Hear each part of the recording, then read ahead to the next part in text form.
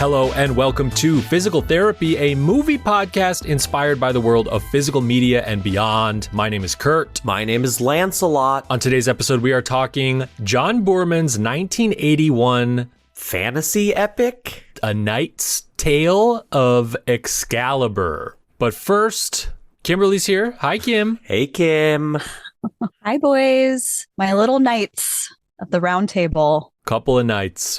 We'll get to that movie, but first, let's check in. Samuel, have you watched anything this week that you'd like to recommend or disrecommend? I went to the movies last night and saw a Canadian exploitation slasher called Ghost Keeper. Okay. Which oddly one of Vinegar Syndrome's partner labels put out earlier this year, Canadian International Pictures, CIP. It was pretty cool. I don't know if I would necessarily recommend it, but I had a pretty enjoyable time at the movies. It's like a really great setting. 3 friends who are snowmobiling around get caught up in a storm and they have to stay at an abandoned hotel. I mean, as you know, I love a one location movie. Mm-hmm. I was doing some reading about it after the movie, and a lot of it doesn't make any sense.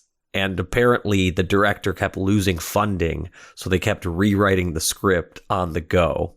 But it was fun enough. And dude, have you seen Poltergeist 2? No. Okay, I put it on Tubi at work the other day, and I'd seen it one time before, and there's a really creepy kind of ghost priest in the movie whose face is burned into my memory. But just watching some highlights, looking up between working, Poltergeist 2, I think, fucking rocks. Is that on 4K? Is that on Blu-ray? It's on Blu-ray for sure, but I don't know if it's on 4K yet. Oh, I'll also mention that, in keeping on brand, Ghost Keeper's also from 1981. Same as Excalibur. Poltergeist 2, The Other Side, from 1986, is available on 4K from Shout Factory, Sam. Hey, I will pick that up. With a perfect rating. Wow, from Blu-ray.com? Yeah. Hell yeah. Dude, director of The Juror. Yes, I looked that up. Man, I forgot about that. Fuck yeah.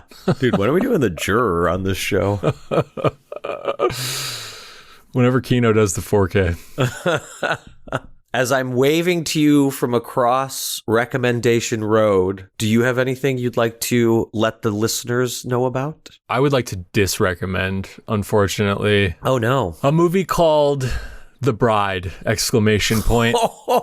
Oh, I forgot you saw this. Kimmy and I went. Ooh, baby, it was brutal. Yeah, it's pretty rough. So bad. I mean, Kurt, you texted me. It might be the worst movie ever made.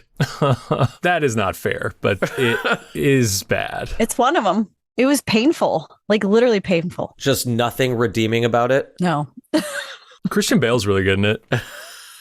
Okay. I don't know why he's in it, though. Yeah. I love him to death, and I'm like, what are you doing here? Why is anybody in it? I've not heard one positive thing about it. Well, I know why, because I did actually really like her first movie with Olivia Colman. Yeah, Lost Daughter. It's great. Lost Daughter is great. It's not her first movie, though. She did that, what's it, Sherry Baby or something that came out when we were in college? Oh. Maggie Gyllenhaal directed that? Mm-hmm. Oh, cool.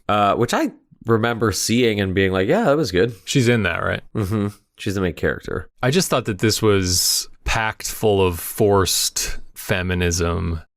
In the worst way.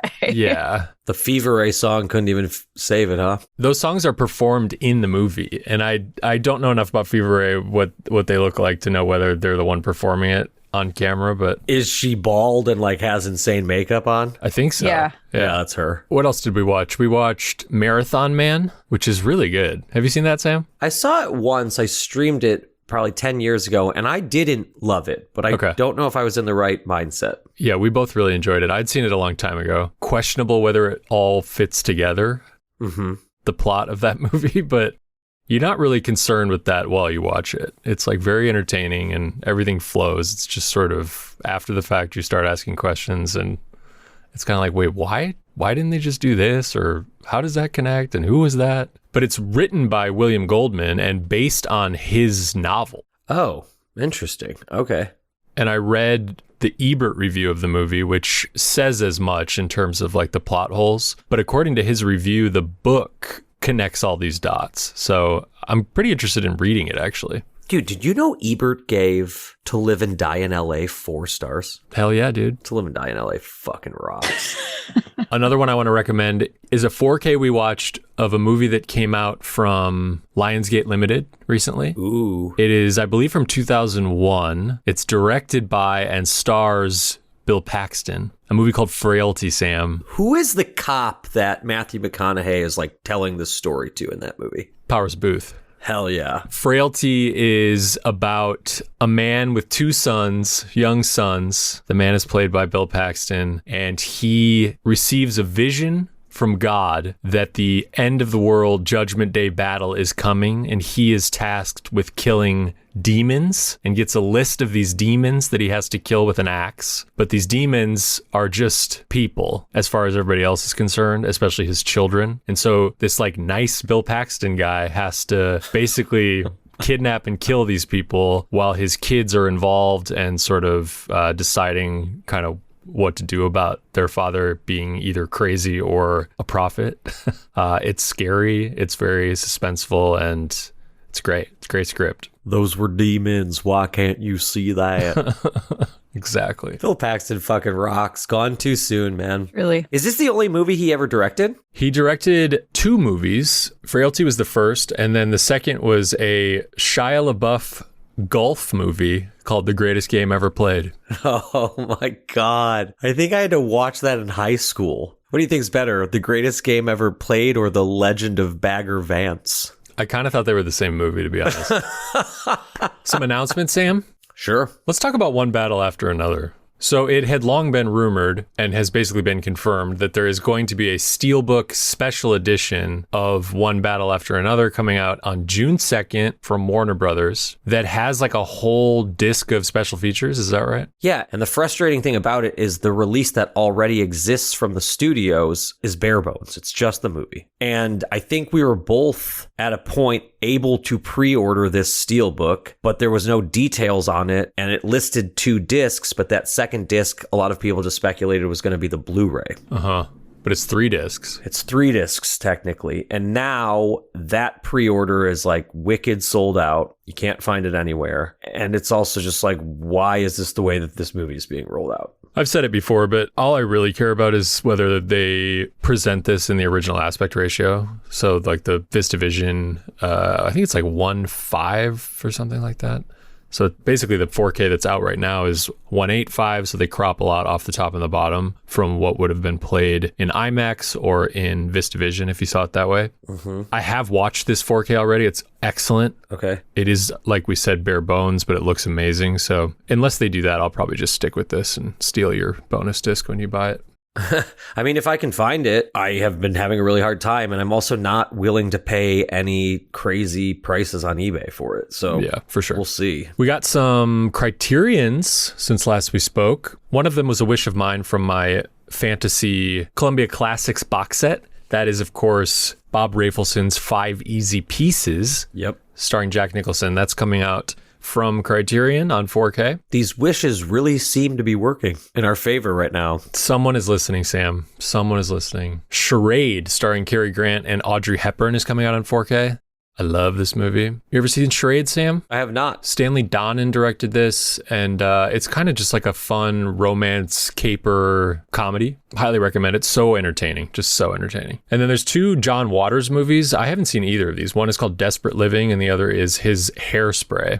Yeah, I've seen Hairspray. I've not seen Desperate Living. At least I don't think I have. I get a lot of his titles mixed up. The artwork on Desperate Living is like a very fancy table setting with like champagne and wine and fancy silverware. And there's a plate of food, and on the plate is like a couple radishes, 2 wedges of lemon, and a dead rat. It's really funny. We're getting a studio release of Send Help on April 21st, also known as Fog Day. Also, the day that Bone Temple drops and Primate. Gonna be an expensive little Fog Day for me, Marty. Are you gonna grab Send Help? I think so. I'd like to see it again. Okay. This is Sam Raimi's Rachel McAdams movie from the beginning of this year. She's so good in it. She's great. Dylan O'Brien's really good in it too. Yeah. He's really funny in it. I loved the 2 of them together. The chemistry and the not chemistry was awesome. There's a 4K of Bridesmaids coming out. Are you going to get this? I saw this once, and I feel like it didn't leave the impression on me that it left on others, and I'd like to see it again. Mm-hmm.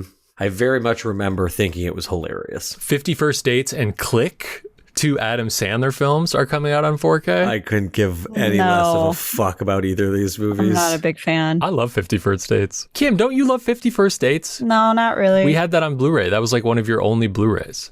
That was Wendy's. That was Wendy's. Wendy loves that movie. Send it to her with her fucking copy of Stardust.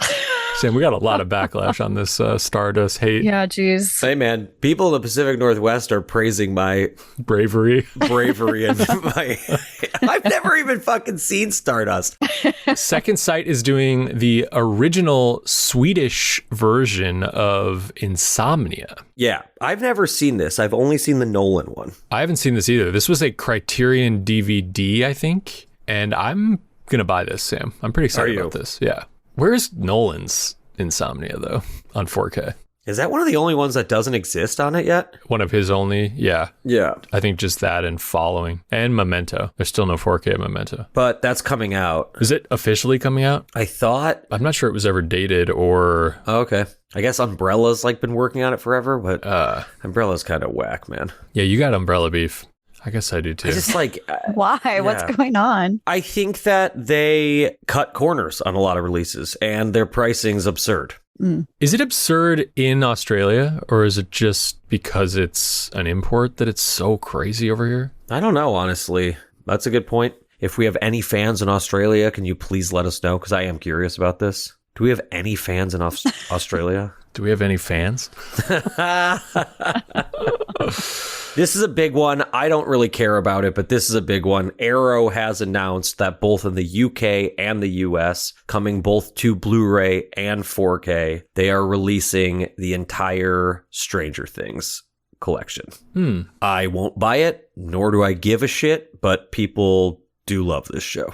That will be coming out this summer, this July. Sam, there's another Second Sight release of a movie called The Devil's Candy, which has a very sort of rock and roll Satan look to it, which I would assume you're familiar with based on that. I know the name, but I never saw it. I think it lived on Shudder for a little bit, and I just never got around to watching it, but it might fucking rock. I think you've told me about this before, but remind me whether or not Deep Star 6 rocks. I want it to rock so hard, and it just doesn't. Damn. Sean Cunningham, who directed the first Friday the 13th. The first 25 minutes are great, and then it's kind of a slog to get through the next 35, 40 minutes, and then it kind of gets cool again. But that middle part is just so brutal. It's about a submarine that awakens a monster or something? Yeah, they're truly on a underwater base, and this massive sea monster gets awoken and starts attacking them. Damn, it sounds like the best movie ever. I know. It's available on 4K already from Kino, but Studio Canal's Cult Classics line, which I actually didn't know existed, which is cool, is releasing it on 4K. I also didn't know that line existed. I wonder what other titles are in it. Vinegar Syndrome / Indicator announced that they were going to be putting Lamberto Bava's first movie out, Macabre. Yeah, what is up with that, Macabre? It's apparently the exact same disc and special features between both Vinegar Syndrome and Indicator. Indicator will be the UK version. Vinegar Syndrome will be the US version. I gotta say, I like Indicator's cover so much more. The Vinegar Syndrome one is amazing, though. It's a hot lady licking a dead, severed head. But the Indicator one is like a doll's head with a hole in it and a puddle of blood underneath it. It looks awesome. To each their own, Sam. But I do think I'm going to pick this up. I've seen a couple of Lamberto's movies and they're wild, man. And this one's supposed to be kind of like a trippy, gore-filled, spooky time. Lionsgate Limited is doing a Steelbook 4K of the Roman Polanski Johnny Depp movie, The Ninth Gate. Yeah, so if you feel like giving those two dudes money, go for it. I've definitely seen this movie. I don't think it's very good. It's 1999. Did you see it in theaters? Definitely not. No, it would have been like a Blockbuster discovery when I was obsessed with Johnny Depp. I think we got another week here, Sam, where I don't have anything to confess. Neither do I, honestly. But I did get my final Kino title from the Barnes & Noble sale in the mail, which is Guillermo del Toro's Mimic. Fuck. Dude, you got to go get this so we can do it on the show. Yeah, I know. It's just so expensive. I want to wait for a sale, and I missed it the last time at Barnes. I keep waiting for their website to do it, but maybe I'll just sell some shit to Amoeba because I don't want to miss that slip. Yeah, it's cool, man. I'm excited to revisit this movie. I've not seen it probably since I was in like 7th or 8th grade. I've never seen it. It's about bugs, giant bugs. Yeah, who I think like it kind of like the Thing can like take on human form. Christ. Sign me up for that. I'm fucking in. 1981's Excalibur. Did you have any relationship to this movie? No, I had not seen it. I knew it was a Camelot King Arthur movie, but that's about it. Arrow announced this, last year, probably at this point, end of last year, and I didn't really have plans to get this. People were really excited about it, and I think we were on the phone or something, Sam, one time, and we had just finished recording maybe, and we were both looking on Orbit, and the limited edition was like out of stock, and we both freaked out that we missed it. Yep. We were filled with immediate regret. And then we found it on Diabolic, so we both ordered it. I think it's now back in stock on Orbit. I believe you're also right. Oh my God. We bought it, and I was happy to have bought it because I kept kind of hearing it recommended after I got it. There were like 2 or 3 people that were like, Excalibur's tight. Without a doubt. It was like a shot in the dark, but it's also John Boorman who gave us Point Blank and Deliverance and Zardoz, Exorcist 2. I mean, Zardoz and Exorcist 2 aren't necessarily good, but they are movies people know. Yeah, this is a very earnest telling of the legend of King Arthur and Camelot, the sword Excalibur, the search for the Holy Grail. It stars mostly people I didn't really know, to be honest. Yeah. There's like some people who pop up in it that are famous to my eyes, like Helen Mirren, and Liam Neeson's in it a little bit. Patrick Stewart. Gabriel fucking Byrne. Yeah, Gabriel Byrne. I thought this movie rocked. Dude, me too. Yeah. It started and I was like, what the fuck is this movie? It's a little jarring because it's very much told in vignettes, and I kept expecting it to cut to those 3 fucking mice reading off chapter titles. But there's a lot of time that goes through this story. It covers like years and years and years. I definitely grew up with like an animated version of like The Sword and the Stone, right? Yeah, you're thinking of The Sword and the Stone, the Disney movie, which I will be watching tonight because I have a Blu-ray of it. Shit. I love that movie. It's so good. What was cool about watching this movie is that I was mainly familiar with the King Arthur legend due to that Disney movie. And there are like scenes that are very famous in that movie that take place in this one. That Blu-ray has a 1.5 rating for video. The Disney one. Oh, no. And it'll probably never come out on another format. No. This movie, though, is like hard R. But it's PG. No. Yeah, dude. This movie's rated PG? This movie's rated PG. There is a lot of R-rated shit in this movie. Yeah. It's very violent. There's a lot of sex. There's a lot of nudity. There's a lot of arms getting chopped off. Oh my God, the amount of arms that are chopped off or legs. It's awesome. There's no way this is PG, Sam. I do not believe you. It's fucking PG. Look at your set. Look at it on IMDb right now. It's PG. This is pre-PG-13 and like times were different, man. Rated R. On what? It says rated R on Blu-ray.com. It says rated R on the Blu-ray. There's a TV version. Maybe you're looking at the TV version. I'm not looking at the fucking TV version. The fucking Blu-ray says rated R. Calm down. Everyone calm down. I'm telling you, man. There is no way this movie is rated R. There's like so many boobs, so many arms get chopped off. To Sam, it's just a nice little PG. Did you watch the right movie? I don't. Did you watch the Disney one? So, regardless, whether it's rated PG or R, it's a very violent, fucked up story. King Arthur's dad is a real piece of work. This guy. Yeah, the movie basically opens with Merlin the Wizard walking around looking like motherfucking C-3PO in this movie.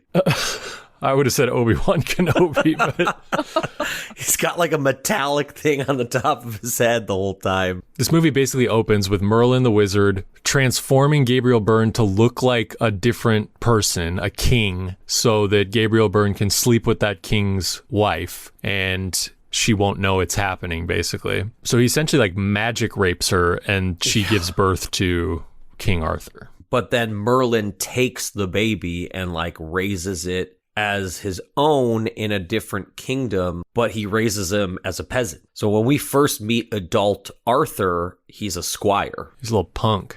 Yeah, running around. He loses his knight's sword, which this is a direct scene in The Sword in the Stone. And in doing so, he's running around looking for a backup weapon and pulls Excalibur out of the stone and the earth, thus solidifying him as the king of that land. There's a lot of jousting in this movie. I feel like we're not jousting enough as a society in 2026. I wonder if that would fix a lot of the issues we're having. So it's like, all right, man, get up on some horses and figure it out. Dude, where is my copy of A Knight's Tale on 4K? I missed that steelbook, and it's like you can't find it anymore. Oh, it was like a limited release of it? Yeah. That's fucking whack. So we see King Arthur, the squire, become the king and kind of assemble his team of knights, gain their loyalty. This includes the character Lancelot, who is like the baddest of knights. He's also the most handsome of all the knights as well,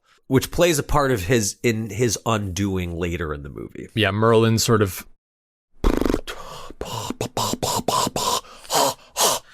What the fuck is with you? We're just going to recap King Arthur? We don't have to. I mean, we can talk about some of our favorite scenes. Is there something you didn't like about the movie? Do I have to teach you how to have a fucking conversation? What the fuck is going on? Leave this in. Oh my God. One of the scenes that I fucking loved in this movie is kind of towards the second half of it. Camelot is basically crumbling because Arthur has kind of abandoned his kingdom. Because his queen, I always want to call her Marion, but that's Robin Hood, Sam. Yeah. Guinevere, thank you, has slept with Hottie Boy Lancelot. Yeah. His Arthur's best friend. So Arthur finds out, he finds them in the forest, and he sticks Excalibur in the ground between the two of them, thus separating king and sword and king and land. But there's this amazing scene right after that where Arthur, with some of the knights of the Round Table, is in like a watchtower while there's a lightning storm happening. And Merlin says something, and right as he says it, lightning strikes through the tower into King Arthur's chest and armor. And it's this great effect, and he gets blown back onto the ground, and you can see his armor is cracked right over his heart. Also, all of the armor in this movie is like glowing silver. It's very like huge. It must have been an uncomfortable movie to film. definitely seems like it. I couldn't stop thinking about how much it would have sucked to live back then. Yeah. It's just like, what a miserable time to be alive, except for the jousting.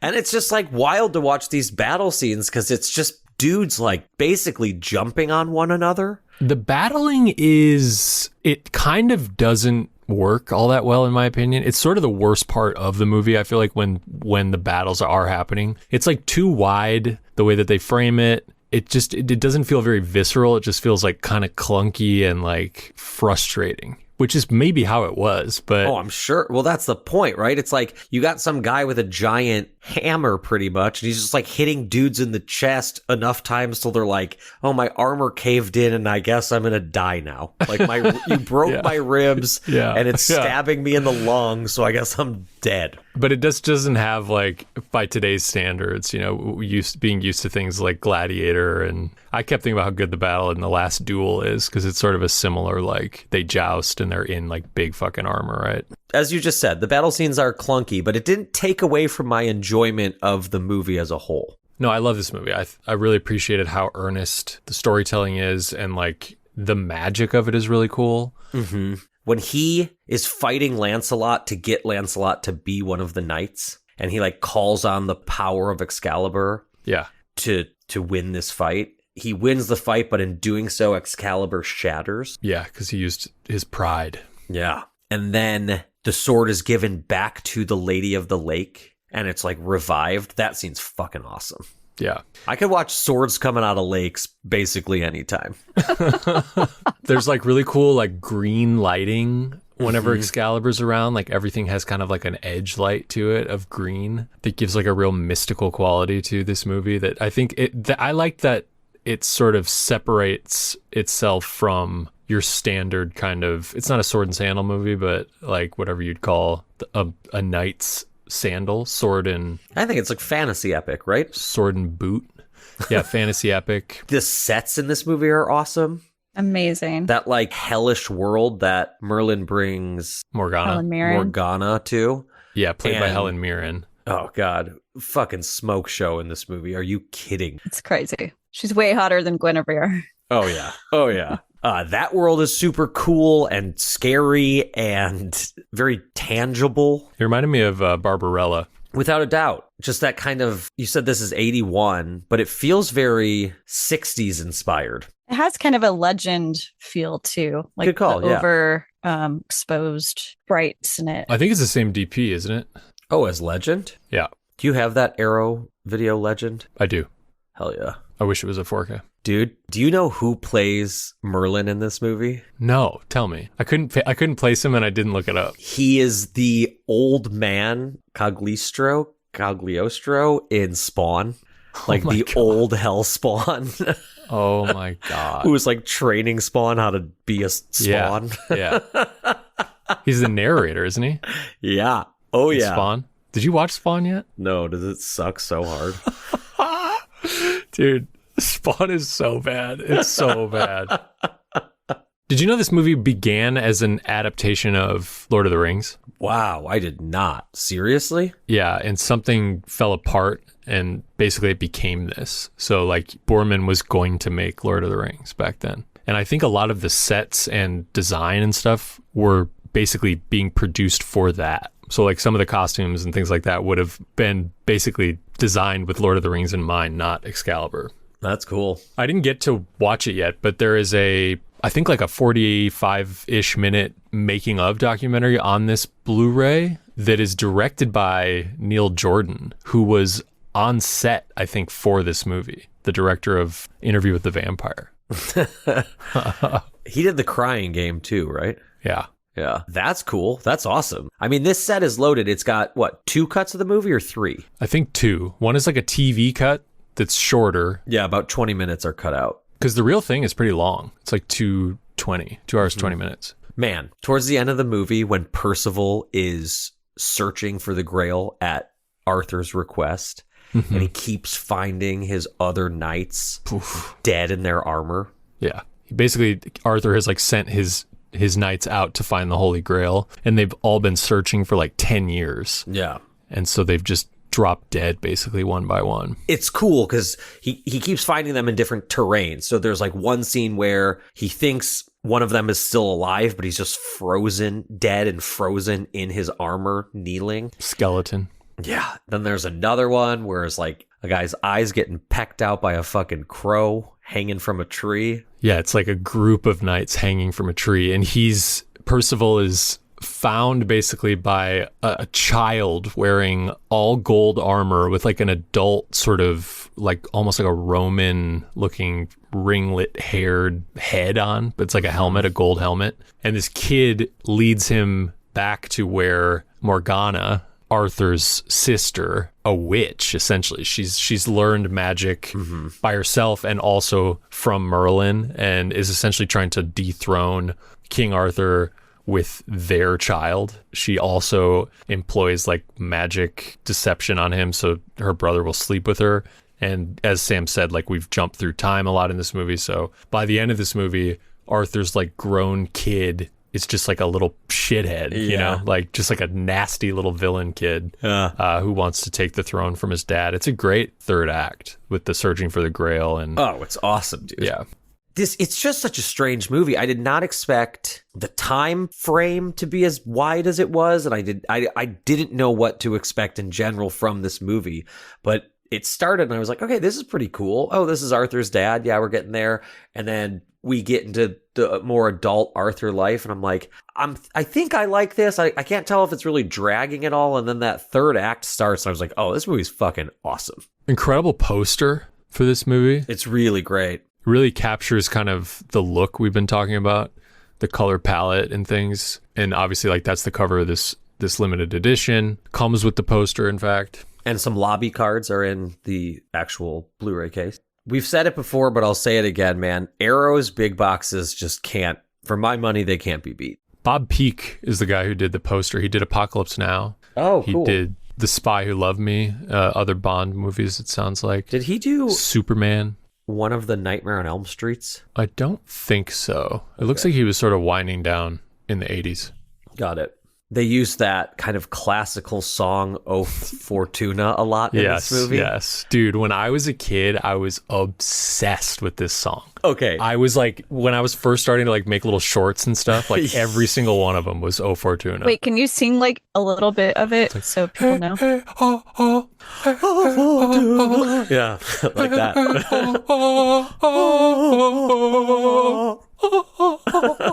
Dude, it's in the beginning of Jackass when they're going down the hill in those shopping carts. So when I was in high school, we made a zombie movie and we started it out with a scene of like camera moving through the brush that like opens up onto a zombie and it's to O Fortuna. Hell yeah, dude. I remember like trying to find it. Like I guess it was Jackass, but like I knew of it before Jackass. I just remember like having Kazaa and being like, what is, like, how do I find this song? I want to use it. I want to listen to it all the time. is it Kazam? No, that's the fake movie. Yeah. Kazam's the real movie or the fake movie? I don't know. Kazaa's right. Kazaa's real. Kazam is real. Shazam is not real. No, Shazam's the one with No, Shaq. Shazam's the real one. Then Kazam's not real. There you go. It's the trailer music. Like there is no audio in the trailer for Glory other than O Fortuna. No fucking way. I just watched Glory on 4K a couple weeks ago. It's a good looking 4K. Yeah, I watched it not too long ago either. Good movie. And I put the trailer on afterward and was like, oh shit. We used that song in that zombie movie because of Patrick LeBon, who does the music for this show. Damn. He actually did the camera movement for that shot too. Maybe we should start using that song in our podcast. Anytime we're riding to battle. Yeah. Dude, when he goes and gets Excalibur from Guinevere. When she's like a nun? Yeah. Yeah. And he's like, I didn't dare pray that you'd kept it all these years. And she's like, bitch, it's right here. Yeah. Rocks. And then that song kicks on like immediately after. It fucking rules. And it's really cool too, because now King and Sword have been reunited. So as they're riding off to this battle with Morgana, the land of Camelot starts coming back alive, like things going into bloom, the grass starts growing again. And it's done through all these what are dated now camera techniques, but it just looks so cool in this fantasy setting, and the light is so bright the whole time in this movie. And then you get to watch Arthur fucking battle this punk ass kid. Oh, that part is awesome. Yeah. Do you remember the Merlin and Morgana fight in Sword in the Stone? The animated one? Yeah. No. Oh, it's awesome. They like shoot magic at each other? Yeah, and she like turns into a dragon, and he's like turning into like a bird and all this other stuff. Damn. It's just like a magic battle. We should talk about the dragon, because they reference a dragon kind of being present like in the world of the movie a lot, but you never actually see a dragon. And I'm wondering is that the way it is in the legend of King Arthur, or is that just sort of the movie's interpretation? Like they're sort of like the dragon is like part of nature, and everything in nature is the dragon, but it's not like literally a dragon in the movie. I don't think so. We do see that one scene where Merlin is like, do you want me to call the dragon? And then his eyes turn like glowing red. Yeah. So I don't think it's a literal dragon. I think it's more of like a magic kind of metaphysical thing. Mm-hmm. And he calls upon like the dragon's breath at one point, which is just like a blanket of like fog that you can ride a horse on top of. That part was fucking awesome too. Yeah. I had this question at work the other day. I was like, listen, I have a question that's probably going to sound pretty dumb. And my coworker was like, okay. I was like, was King Arthur real? And he's like, I don't think so, but probably like based in some type of... It's like in a Shakespeare kind of realm. I think Shakespeare wasn't real? Neither was Jesus. I think there actually was an Arthur at some point. Sure. But... At one moment in time, there was some type of realness attached to this, but it's just a crazy fantasy. I know. I don't think King Arthur... Are you telling me that King Arthur's not real? Nah, dude, I think he might be real. I don't need you to tell me that. I read Sword in the Stone as a kid. I have the book. Like, it's so good. I think I might fall down a King Arthur well. Is there a dragon in the book? I can't remember because I think I read it when I was like 10. In the animated Disney one, she definitely turns into a dragon at one point. Yeah. I will say that there's no Archimedes in this version. What's that? Merlin's owl. Oh, you do see an owl. Yeah. That could have been Archimedes. Hopefully he's out there flapping around somewhere. Merlin's not real either, Sam. You know that, right? I don't know. Dude, should I get another cat and name it Archimedes? There's a lot of great cat name potential from this movie. I was thinking about that. Oh, yeah. So there you go. King Arthur, a true story. Highly recommend this 4K. What did Blu-ray give it in their review in terms of... 4.5 video. Yeah, it looks great. This 4K is really, really nice. The colors really pop in it. Okay, Sam, before we go, it's time to put wishes out into the physical media universe for titles and formats that do not yet exist. I wish for a 4K of The Land Before Time. I wish for a 4K of Disney's The Sword and the Stone. Dude, how many Land Before Time movies are there at this point? So many. Like 18, 19? Yeah, like there's Are you like serious? 20. I think so, yeah. Oh my God. Yeah, they just like kept making them forever. Well, I'm talking about the OG. Ugh, the first one's so good. I would love to see this again. Littlefoot. This is a 1988 animated movie about dinosaurs. From the director of An American Tail, All Dogs Go to Heaven, The Secret of Nim, Anastasia. It's produced by Spielberg and Lucas, and was like my favorite movie as a kid, like a lot of kids probably. And I have not seen it in a long time. My mom actually sent me a VHS of this movie that I have yet to watch, and I should. But I would love to see this animation at its full potential on 4K. I bet you would look awesome. Man, I haven't seen this movie in so long. I can't remember really any of it. Sword in the Stone, what's that about? Just kidding. Yeah, I mean, we've been talking about it this whole time, but this was a huge movie for us when we were kids. We actually didn't own this one, but my babysitter did, and we would ask her to bring it over all the time. What year is it? 1963. Wow. 1 hour and 19 minutes. Also rated R. No, I'm just kidding. It's rated G. I bet it looks so good. I bet it would look so good, I mean. Yeah, right? Like, this is one of those stupid Disney Vault bummer things, man. That just drives me totally nuts. I bet we'll get it someday, a 4K. I bet all that shit will come out eventually. You think so? I do think so. I feel like once they've been on Disney Plus long enough that they feel like it's not the draw, you know? If I remember correctly, I think I bought this Blu-ray and the Robin Hood Disney Blu-ray the same day. Damn. Where's that? That'd be great too. I'll take either of them, honestly. Okay, that is it for another episode. A big thank you to Patrick LeBon for our incredible music on our podcast and in Sam's short film history. A big thank you to Kimberly. If you are enjoying this show, please give us a follow on Instagram at PTMoviePod and leave a review and tell your friends. We will be back next week.